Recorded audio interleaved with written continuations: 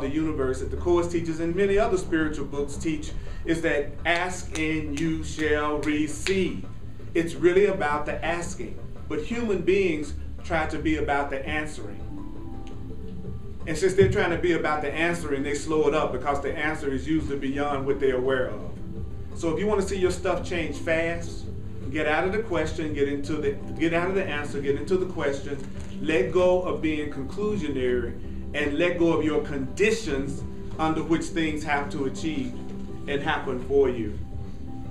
I want to be loved. If I say I want to be loved through a certain person and it isn't coming through that person, then I've lost sight of my goal.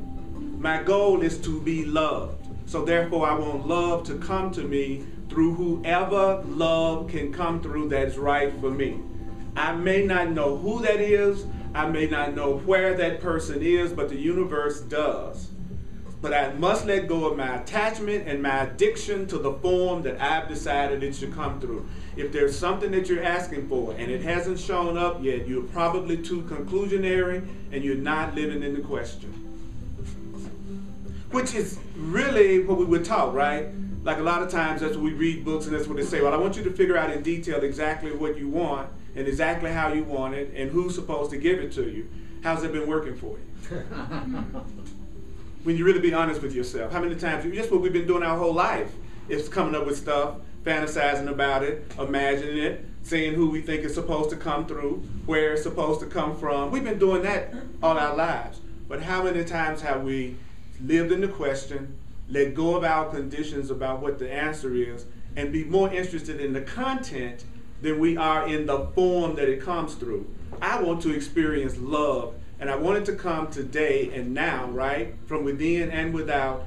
The universe knows how that can come the easiest, where it can come from the easiest. So therefore, I need to just live in that question so that I can be open to it coming faster. You'll also find that if you live in the question, that you will not be trying to figure it out in that moment. So strangely enough, you will find yourself feeling a lot of peace. I knew I was supposed to be here. Yeah, if you live in the question, if you live in the answer, now you're in conflict because you're trying to figure out how you're going to make that happen. If you live in the question, you'll notice you'll feel peace instantly. If you can just try it right now. Whatever you're worried about right now, if you was to say, what would it take for the money to pay my utility bill to show up that I'm worried about right now? And not try to answer it immediately. You'll feel that as long as you were in the question and the asking, you felt peace. And the conflict usually comes when you try to figure out how to have it. So there are two uses of time. So one of the sources of perceived discouragement from which you may suffer is your belief that this takes time. So one of the things that's discouraging to people is they think, well, before I can get this new stuff to happening, before I can get before I can get the thing that I want to happen, it's going to take time. And the results of all these teachings that we are getting are very much in the future. So people get discouraged because they think everything we're talking about experiencing what you want right now, has to happen sometime far in the future. But this isn't so. This isn't so. The results of this does not have to happen far in the future.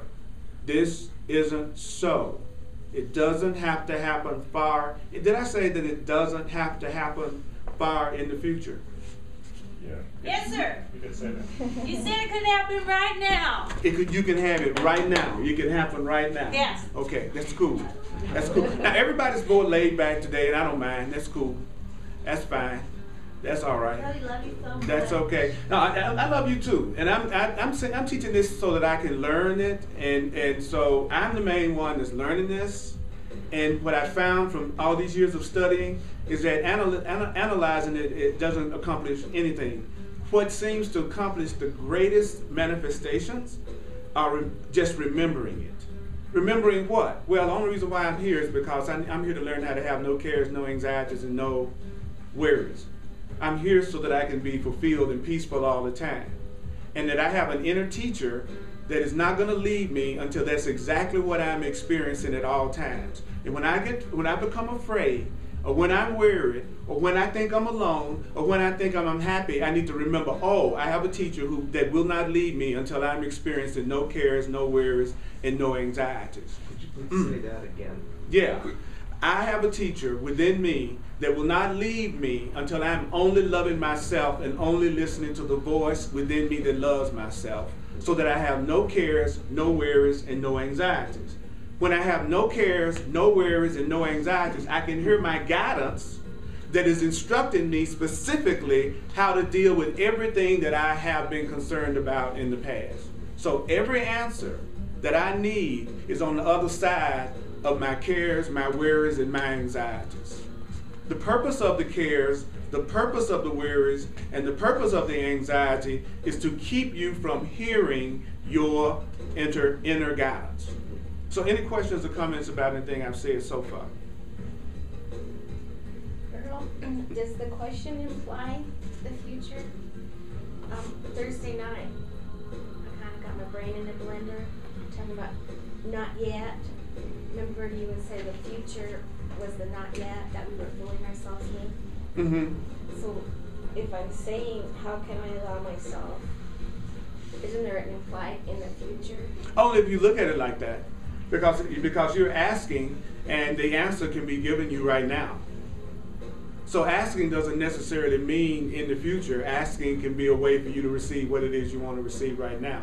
But the point is, and this is what I want, see, the ego part of our mind will make us analyze it to the point that we confuse ourselves, right? And then when we confuse ourselves, we just don't do anything. So that's a good point, is that one of the purposes of our ego is to take whatever it hears and confuse us so that we won't just do the basic thing, which would be, let me just live in the question without worrying about what the answer is the main thing to remember.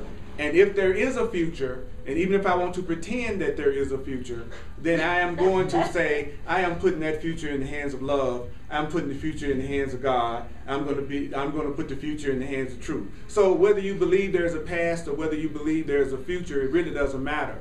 What really matters is the purpose, the goal, and what it is you wish to accomplish, because it's your goal that determines how everything turns out. It's your goal that determines the outcome. So the most important thing is to know, why do you want it? What is it for? What do I want to come out of this? What do I want to come out of this relationship? What do I want to come out of this situation? What do I want to come out of my life?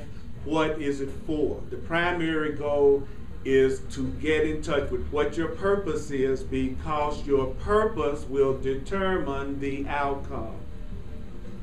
So if there's a situation in your life right now that you're really confused about, it merely means you don't know what your purpose is. Because if you know what your purpose is, you will not be confused.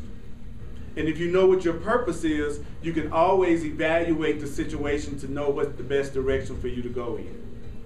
If my purpose is to have peace with you, then if I'm angry at you, then that lets me know that I need to change my perception of my anger, because my goal is to have peace with you. If I didn't have the goal to have peace with you, I wouldn't know what to do in this situation. There's never been a time in my life that I've ever had a conflict with anybody where we both really wanted peace that we weren't able to resolve the situation. Never. Whenever one of us did not want to have peace with each other, then it becomes impossible to resolve the situation. I mean, I can choose for peace for both of us, and I can just decide I'm going to feel peace. I don't care how you feel about me. So I can choose for peace for myself. But in terms of us having a relationship with each other that's peaceful, then we both have to have the same goal, to have peace. So people act like relationships are very complicated. In my perception, relationships aren't very complicated at all.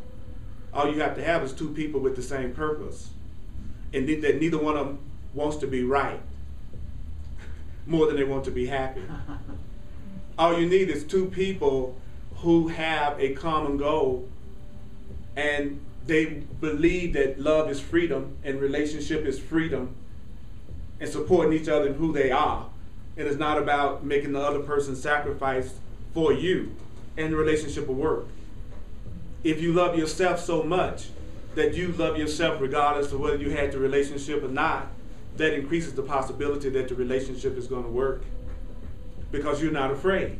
And if you're not afraid, you're not creating an energy that creates conflict and anger and fear. So why is it so difficult? Most people don't know that. Most people believe that relationships are based on bargains and the other person changing in order for you to be happy. That is just a little conflict. Anybody here tried that? Anybody here tried the old way? I want the new way. You know, I meet more and more people who are trying to go beyond the old paradigms of relationships. More and more people who are trying to experiment with other ways of doing relationships other than what the world has taught. And I'm noticing that the people that I meet that are doing that are usually much happier than the people that I meet that are trying to do it the other way. And that they're much more excited in their relationship, and they're much more passionate in their relationships. And yeah, it's a challenge sometimes because you're trying to go beyond what you've learned. But at the same time, you feel exuberant because you actually can feel the growth that your soul is experiencing from beginning to extend love to more than one person. The old paradigm is loving one person. The new paradigm is recognizing we're one with each other and allowing love to extend to all of us equally. The old paradigm is based on guilt and possession. The new paradigm is based on innocence and freedom. So those of us who are trying to move toward the new paradigm, we don't get a whole lot of support from those who are in the old paradigm, but we are definitely experiencing more excitement in our lives and more communication, because to have relationships that are based on freedom involves more real, honest communication about what you feel from moment to moment. You can't hide and have a real relationship. You're going to have to communicate. So either you'll be using the relationship to get rid of cares, anxieties, and worries so that you can be calm together, or you're using the relationship to make yourself afraid. So the Course is telling us that the results of what you are learning are not far in the future, that you are closer to what you want than ever before, and every time you crash and burn, the universe is ecstatically happy. Because every time you crash and burn from using one of your plans based on separation and fear and the old paradigm, you're closer to finally choosing